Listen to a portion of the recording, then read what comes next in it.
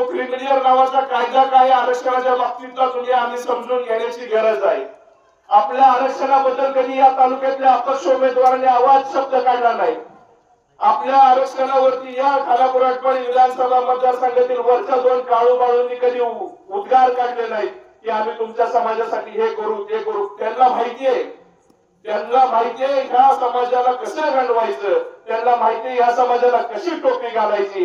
पण ह्या खानापूर आटपाडी विधानसभा मतदारसंघातली आताची विधानसभेच्या निवडणुकीमध्ये आपण सगळ्यांनी मिळून त्या प्रत्येक उमेदवाराला टोपी घालायची वेळ आलेली आहे. आणि वंचित बहुजन आघाडीचा झेंडा, वंचित बहुजन आघाडीचा नेता आणि वंचित बहुजन आघाडीचा उमेदवार हा खानापूर आटपाडी मधून विधानसभेवरती पाठवण्याची वेळ आलेली आहे. माझी तुम्हाला हात जोडून कळकळीची विनंती आहे. मी काही जास्त तुम्हाला सांगणार नाही, पण जे माझ्या पोटात आहे तेच मी ओठावरती आणून तुम्हाला सांगतोय की बांधवांनो, ही निवडणूक पहिल्यासारखी राहिलेली नाहीये. पहिल्यासारखं डोळे मिटून बसण्याची काही उपयोग राहणार नाही आपल्या समाजाचा. आपल्या समाजाला आपलं अस्तित्व दाखवून द्यायचं असेल तर आपल्या पक्षाचे आपल्याला ठामपणे उभं राहिलं पाहिजे.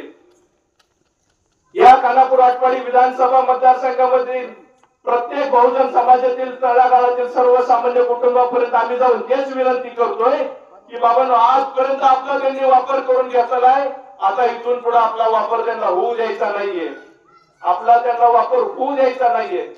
म्हणून माझी या आटपाडी तालुक्यातल्या या माडगुळ गावच्या प्रत्येक सर्वसामान्य कुटुंबातील व्यक्तीला विनंती आहे, बांधवांनो, वंचित बहुजन आघाडीच्या पाठीशी ठामपणे उभं राहा. माझी या माडगुळ गावामधल्या धनगर समाजातल्या गोरगरीब मराठा कुटुंबातल्या प्रत्येक सर्वसामान्य माणसाला विनंती आहे, या महाराष्ट्रामध्ये असेल या देशामध्ये असेल, तुमच्या गरीब समाजातल्या मराठा समाजाला आरक्षण देण्याची ताकद, गरीब धनगर समाजातल्या प्रत्येक माणसाला आरक्षण देण्याची धमक, आरक्षण देण्याची ताकद, आरक्षण देण्याची धमक, आरक्षण देण्याची इच्छा ही फक्त बाबासाहेब आंबेडकरांमध्ये होती आणि आता सुद्धा त्याच बाबासाहेब आंबेडकरांच्या नातवामध्ये. एवढं तुम्ही ध्यानात घ्या. तुम्हाला आजपर्यंत महाराष्ट्राचे मुख्यमंत्री राष्ट्रवादी काँग्रेस पक्षाचे शरदचंद्र पवार साहेब 4 वेळा मुख्यमंत्री झाले, पण मराठा समाजाला न्याय देऊ शकले नाही. मग ते तुम्हा आम्हाला काय न्याय देणार आहे? एकनाथ शिंदे मुख्यमंत्री झाले, छत्रपती शिवाजी महाराजांच्या पुतळ्याची शपथ घेऊन सांगितलं मराठा समाजाला न्याय देतो. मिळालं का न्याय? धनगर समाजाला एसटीचं सर्टिफिकेट मिळाल्याशिवाय अखेरचा लढा थांबवणार नाही म्हणणारा उमेदवार, म्हणणारा तालुक्यातला नेता स्वतः विधान परिषदेचा आमदार झाला, पण धनगर समाजाला एसटीचं सर्टिफिकेट मिळालं नाही. ही वस्तुस्थिती तुम्ही आधी समजून घेतली पाहिजे बांधवांनो. म्हणून माझी तुम्हाला हात जोडून कळकळीची आणि नम्रतेची विनंती आहे, येणारा काळ हा वैऱ्याचा आहे. येणारी प्रत्येक रात्र ही वैऱ्याची आहे. तुमच्याकडे माणसं येतील, 1000 घ्या, 500 घ्या, 2000 घ्या, 5000 घ्या, कारण ती परिस्थिती आज आलेली आहे.